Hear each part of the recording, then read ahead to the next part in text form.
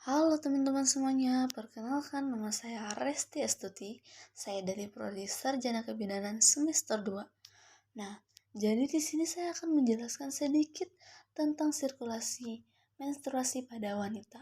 Teman-teman pasti nggak asing kan mendengar kata-kata menstruasi? Sebelum kita masuk ke dalam penjelasan sirkulasi menstruasi, kita bahas dulu pengertiannya. Jadi, menstruasi adalah pelepasan dinding rahim atau endometrium yang disertai dengan pendarahan dan terjadi setiap bulannya, kecuali pada kehamilan.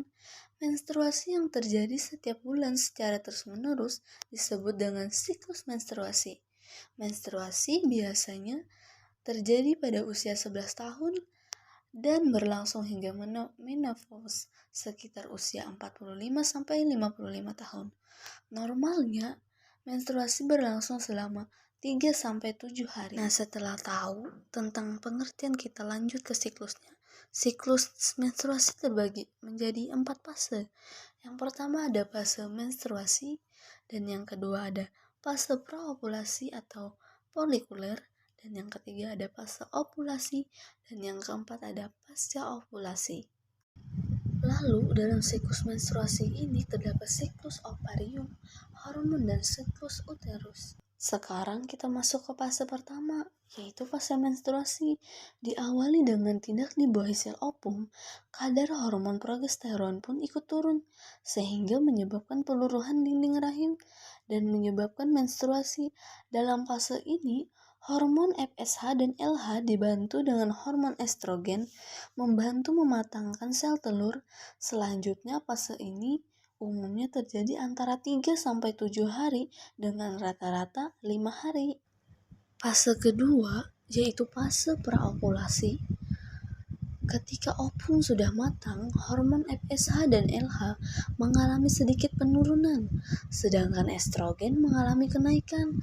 Seiring dengan naiknya hormon estrogen, dinding rahim pun ikut mengalami penebalan. Kedua hal ini terus naik hingga ke tahap maksimal. Selanjutnya kita masuk ke fase ovulasi.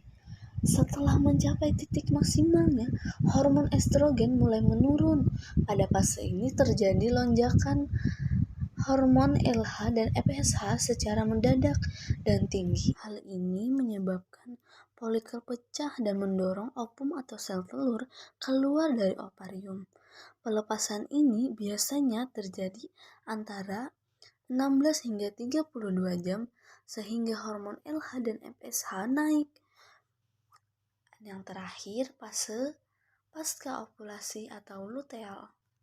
Setelah ovum terlepas, folikel yang ditinggalkan membantu korpus luteum.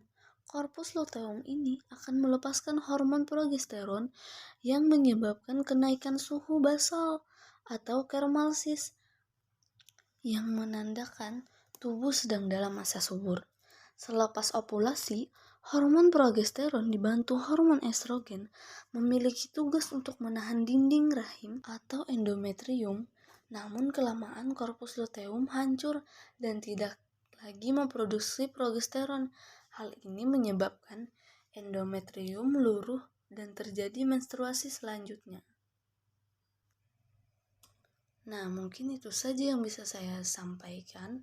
Kurang dan lebihnya mohon dimaafkan. Semoga ilmunya bermanfaat. Terima kasih.